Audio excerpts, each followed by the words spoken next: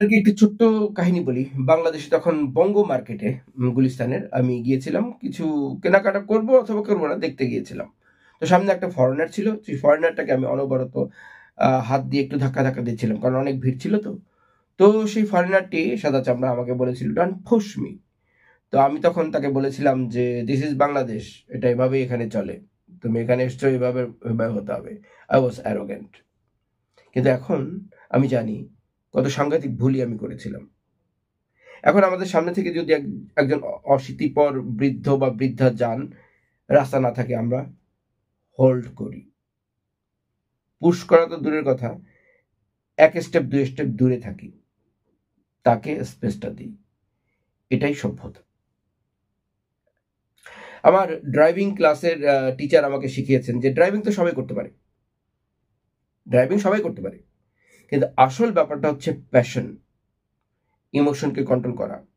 আগে যাব, মেরে দেব, বা এই যে একটি ব্যাপার, ওটা যখন মারতে পারবে, ধীরে ধীরে কামলি শান্তভাবে ড্রাইভ করতে পারবে, তখন মজা হবে।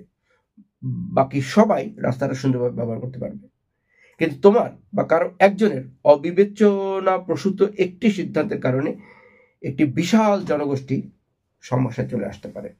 It is very important. So my dear brothers and sisters, একটা জিনিস যখন আমি লাইক করতাম তখন সেটাকে লাইক করতাম, বাট আমি বদলে গেছি, আমি বুঝতে শিখেছি how wrong I was. Now I hate those things. So I am sure আমাদের অনেক কিছু এমন রয়েছে যেগুলি আসলে আন্তর্জাতিকভাবে হয়তো স্বীকৃত না।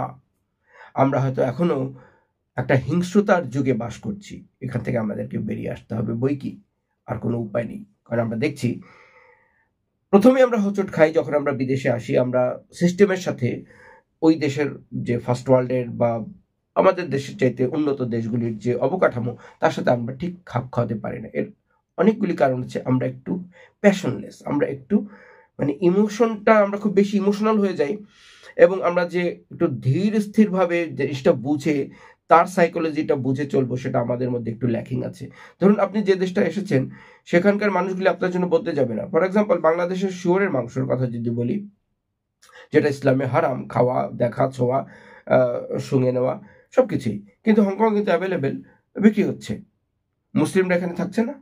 থাকছে। তারা কি, কট্টরপন্থী যারা আছে তারাও কি এখানে কিছু করতে পারছে? পারছে না। তো অবস্থা বুঝে আপনাকে ব্যবস্থা নিতে হবে, সেরকম প্যাশন আপনার থাকতে হবে। ধন্যবাদ।